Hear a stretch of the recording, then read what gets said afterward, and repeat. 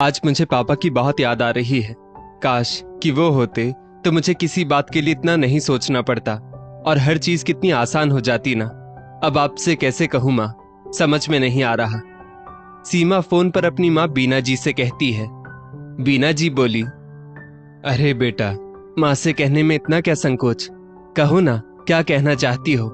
और पापा नहीं है तो क्या हुआ, तुम्हारी अंधी माँ तो है। हाँ, कुछ कर नहीं सकती पर तुम्हारी सुन तो सकती हूँ। सीमा बोली, माँ आपके नाती का जनेऊ संस्कार है और मैं चाहती थी आप भी आओ।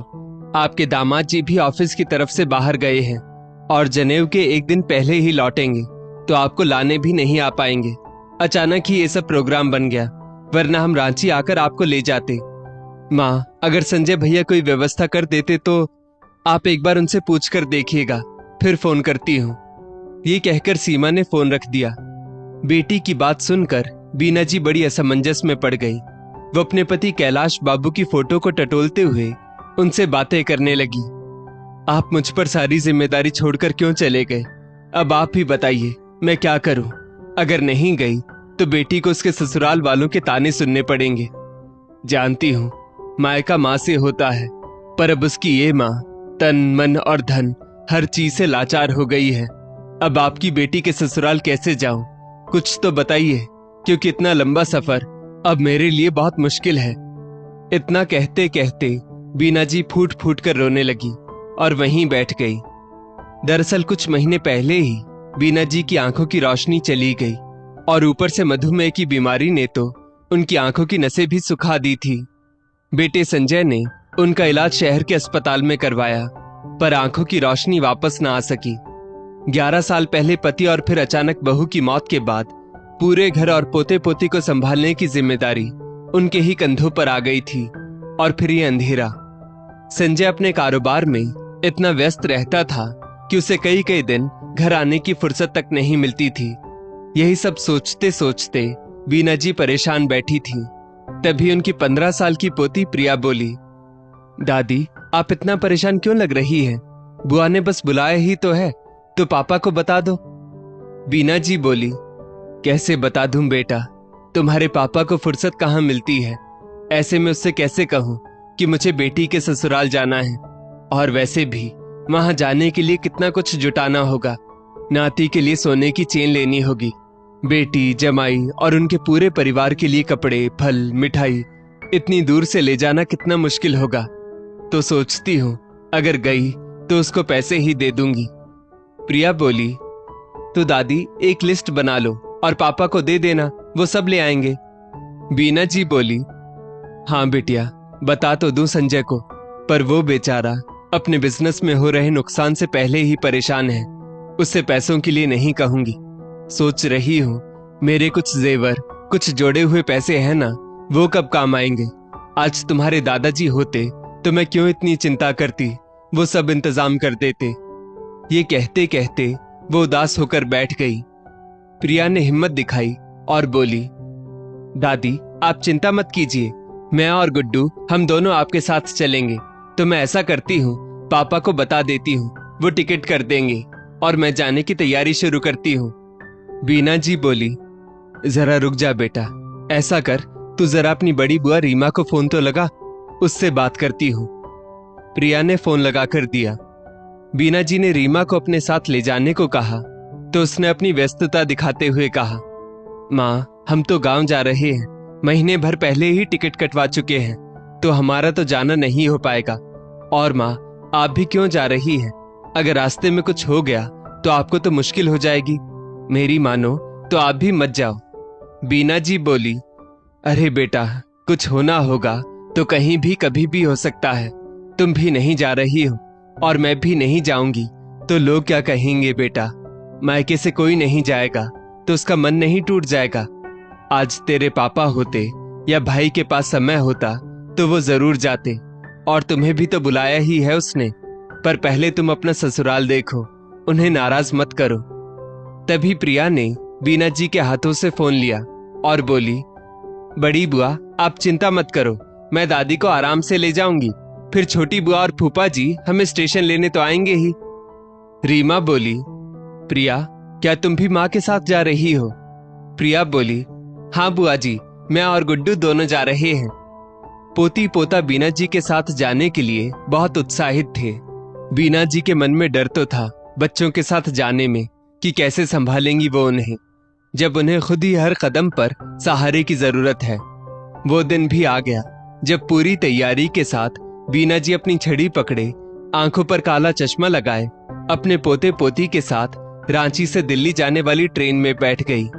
संजय ने अपने बच्चों को समझाया, बेटा गुड्डू, दादी माँ को परेशान मत करना। प्रिया, किसी भी स्टेशन पर ट्रेन से नीचे मत उतरना, और जब ट्रेन दिल्ली पहुंचने वाली होगी तो सीमा बुआ जी को फोन कर देना, वो गाड़ी भिजवा देंगी। और हाँ, दादी का पूरा ध्यान रखना। इतना कहते कहते संजय की आंखों के कोर से कुछ आंसू की बूंदें लुढ़क कर बीना जी के हाथ पर आ गिरी। बीना जी संजय की पीठ थपथपाते हुए बोली, बेटा, मैं जानती हूँ बाप के जाने के बाद आर्थिक जिम्मेदारी निभाते निभाते तुम थक गए हो, और अपने बच्चों और माँ के लिए समय ही नहीं दे पाने का अफसोस तुम्हें हर पल सताता है। मैं भले ही देख नहीं पाती हूँ, पर माँ हूँ, मैं सब समझती हूँ, तो तुम परेशान मत हो, हम ठीक हैं। और क्या हुआ जो अभी तू साथ नहीं जा पा रहा? तेरे बच्चे हैं ना मेरे साथ, और वहां दामाद जी भी तो हैं। संजय ने माँ और अपने बच्चों से विदा ली। ट्रेन रफ्तार पकड़ने लगी। दोनों बच्चे बहुत खुश थे, और खिड़की के पास बैठा गुड्डू अपनी दादी को बाहर का दृश्य बड़ा खुश होकर बताता जा रहा था। बीना जी को लग रहा था वो अपनी आंखों से ही सारा दृश्य देख रही है। प्रिया भी दादी के पास बैठी थी और हर थोड़ी देर में उनसे चाय पानी के लिए पूछती, पर बीना जी ने तो 2 दिन से खाना भी इसलिए नहीं खाया कि ट्रेन में उन्हें वॉशरूम ले जाने में बच्चों को परेशानी होगी। शुगर की दवाई खाने के लिए वो सिर्फ एक बिस्किट खाती थी, और इसके बारे में संजय को कुछ नहीं पता था। दिन तो अच्छे से बीत गया, पर शाम होते ही बीना जी को घबराहट होने लगी। प्रिया ने ठंडे पानी में रुमाल भिगोकर उनका चेहरा पोंछा और बोली, दादी, कुछ खा लो तो अच्छा लगेगा। आपको भूख के कारण कमजोरी हो जाएगी तो गाड़ी से कैसे उतरोगी? बीना जी बोली, अरे मेरी चिंता मत करो, तुम दोनों भाई बहन खाना खा लो और सो जाओ। बस अब कुछ घंटे की ही तो बात है, सुबह 5 बजे गाड़ी पहुंच ही जाएगी स्टेशन पर। बच्चे खाना खाकर सो गए।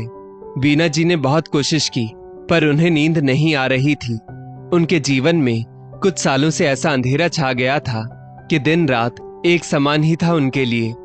अचानक रात के 2 बजे प्रिया ने सीमा बुआ को रोते हुए फोन किया, बुआ जी आ जाओ, आप जल्दी आ जाओ, दादी बेहोश हो गई है। सीमा बोली, कहाँ हो तुम लोग? ट्रेन तो सुबह 5 बजे आने वाली थी ना, और तेरे फूफा जी 2 घंटे बाद उठेंगे तो गाड़ी लेकर आ जाएंगे स्टेशन पर तुम्हें लेने के लिए। प्रिया बोली, बुआ हम ट्रेन में ही हैं, पता नहीं कौन सी जगह है, दादी को वॉशरूम जाना था, वो वहीं बेहोश हो गई। बड़ी मुश्किल से हम कुछ लोगों की मदद से उन्हें अपनी सीट तक ले आए हैं, पर उन्हें होश नहीं आ रहा, मैं क्या करूं? सीमा बोली, गुड़िया घबराओ मत, बस तुम और गुड्डू दादी के हाथ पैर मलते रहो। देखो आसपास के लोग कुछ मदद कर दे तो उनसे कहो, बस 3 घंटे की बात है बेटा। प्रिया बहुत घबरा गई थी। वो बार बार सीमा से कह रही थी, बुआ प्लीज आप आ जाओ ना। इतने में ट्रेन अचानक रुक गई। चारों तरफ अंधेरा ही अंधेरा था। इधर सीमा ने अपने पति सुहास को उठाया और सारी बात बताई। उन्होंने तुरंत रेलवे इंक्वायरी से ट्रेन की सारी जानकारी ली, तो पता चला ट्रेन के इंजन में खराबी आने से ट्रेन दिल्ली से 200 किलोमीटर पहले ही रुक गई है, और जब तक कोई इंतजाम नहीं होता तब तक ट्रेन वहीं रुकी रहेगी। सारी डिटेल्स लेने के बाद सुहास ने अपने डॉक्टर दोस्त आलोक को फोन किया। सीमा भी उनके साथ जाना चाहती थी, पर सुहास के दोस्त आलोक ने ये कहकर मना कर दिया कि वो सुनसान रास्ता है तो उनका जाना सेफ नहीं है। सुहास बोला, सीमा तुम मत जाओ, और वैसे भी आलोक को दिल्ली के बाहर का भी पता है, और माँ क्यों बेहोश हो गई वो देख लेगा, जरूरत पड़ी तो माँ को अस्पताल ले जाएंगे। इतना कहकर वो दोनों लोग निकल गए। सीमा रोते रोते अपने आप को कोसने लगी कि आखिर क्यों उसने जिद की माँ से उसके पास आने के लिए। उधर ट्रेन में दोनों बच्चों का बुरा हाल था। वीना जी के कपड़े गंदे हो गए थे और वॉशरूम से बाहर आते वक्त गिरने से माथे पर चोट भी लग गई थी। पर बच्चों ने बहुत हिम्मत की। उनके लिए उनके माँ पापा, बाबा, सब उनकी दादी ही तो थी। गुड्डू रोते हुए प्रिया से बोला, दीदी, कहीं मम्मी और बाबा की तरह दादी भी हमें छोड़कर भगवान के पास तो नहीं चली जाएंगी ना। प्रिया को भी रोना आ रहा था, पर वो छोटे भाई को देखकर हिम्मत जुटा रही थी। वो बोली, कुछ नहीं होगा दादी को, अभी फूफा जी आ जाएंगे, तुम चिंता मत करो। सुहास थोड़ी देर में उस जगह पहुंच गए थे जहां ट्रेन रुकी थी। अपने दोस्त की मदद से बीना जी को पहले होश में लाया, फिर ट्रेन से उतारकर अपनी गाड़ी में बिठाया। बच्चों को भी बड़े प्यार से गाड़ी से उतारा और बोला, तुम दोनों बहुत बहादुर हो। रांची से दिल्ली अपनी दादी को लेकर आने की हिम्मत दिखाई। वाह, कमाल कर दिया तुम दोनों ने। और सबसे बड़ी बात कि समय पर फोन करके हमें बता भी दिया। शाबाश। बीना जी ने जब अपने दामाद की आवाज सुनी तो वो बहुत खुश हुई, पर उनके मन में झिझक थी कि उनकी स्थिति देखकर दामाद जी क्या सोचेंगे। बीना जी के चेहरे के भाव को देखकर सुहास बोले, माँ, मैं आपका बेटा ही हूँ। जिस तरह आपकी बेटी मेरी माँ की सेवा कर सकती है, तो क्या मैं दामाद से आपका बेटा नहीं बन सकता? ये तो मेरा सौभाग्य है कि मुझे आपकी सेवा करने का मौका मिला है और ये मेरा फर्ज बनता है। बीना जी बोली, भगवान ऐसा दामाद सबको दे। वैसे मुझे क्या हुआ था? सुहास बोले, माँ, पहली बात तो आप मुझे दामाद जी मत बोलिए। तभी आलोक ने कहा, माँ जी, आपको माइनर हार्ट अटैक आया था, पर अब आप बिल्कुल सुरक्षित हैं। आपके इस बेटे ने मुझे जैसे ही बताया तब मुझे इसी बात का शक हुआ था, तो मैं कुछ जरूरी दवाइयाँ और इंजेक्शन भी लेकर आया था। थोड़ी देर बाद बीना जी अपनी बेटी के ससुराल पहुंची। कार से उतरते वक्त भी उनका दामाद उनके हाथों को थामकर उन्हें सहारा देकर उन्हें घर के अंदर लाया। जब सीमा ने पूछा, माँ ठीक हो? तो बीना जी बोली, आंखों ने साथ छोड़ दिया तो क्या हुआ? जिसका दामाद बेटे के समान है उसे किस बात की चिंता? सीमा की आंखों से खुशी के आंसू बह रहे थे अपनी माँ और भतीजे भतीजी को ठीक ठाक देखकर। अंत भला तो सब भला। दोस्तों, इस स्टोरी को लेकर आपकी क्या राय है? नीचे कमेंट करके जरूर बताइएगा। और ऐसी ही और भी बेहतरीन वीडियोस के लिए हमारा पेज जरूर फॉलो करें। धन्यवाद।